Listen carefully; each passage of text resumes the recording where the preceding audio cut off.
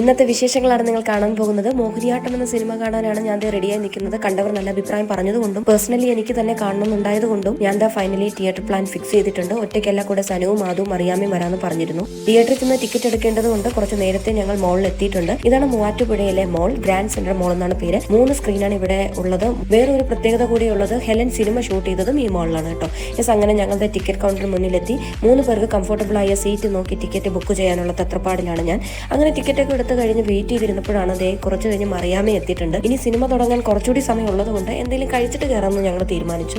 അങ്ങനെ ഞങ്ങൾ താഴത്തെ കഫറ്റീരിയയിൽ പോയി ചായയും ചെറിയ കടിയൊക്കെ കഴിച്ചു. പിന്നീട് തിയേറ്ററിൽ കയറാൻ നേരമായപ്പോൾ ആദൂന് പോപ്കോണും കോഫിയും ഒക്കെ വാങ്ങി ഞങ്ങൾ അകത്തേക്ക് കയറി. സിനിമ തുടങ്ങി. ഷൈജു കുറുപ്പാണ് മെയിൻ വേഷം ചെയ്തിരിക്കുന്നത്. ഭരതനാട്യം എന്ന സിനിമയുടെ സെക്കൻഡ് പാർട്ടായിട്ടാണ് മോഹിനിയാട്ടം എന്ന ഈ സിനിമ ഇറക്കിയിരിക്കുന്നത്. ആൻഡ് ഇന്റർവെല്ലായി ഇതുവരെ നമുക്ക് എല്ലാവർക്കും ഇഷ്ടപ്പെട്ടു കേട്ടോ. പടം കഴിഞ്ഞു. കോമഡി മൂവി ആയിരുന്നു. ബോറടിയൊന്നും ഉണ്ടായില്ല. ഫാമിലിയായി കാണാൻ പറ്റിയ നല്ലൊരു സിനിമ തന്നെയാണ്. സിനിമ കഴിഞ്ഞ് വീട്ടിലെത്തിയപ്പോൾ അമ്മ ഇലയട ഉണ്ടാക്കിക്കൊണ്ടിരിക്കുകയായിരുന്നു.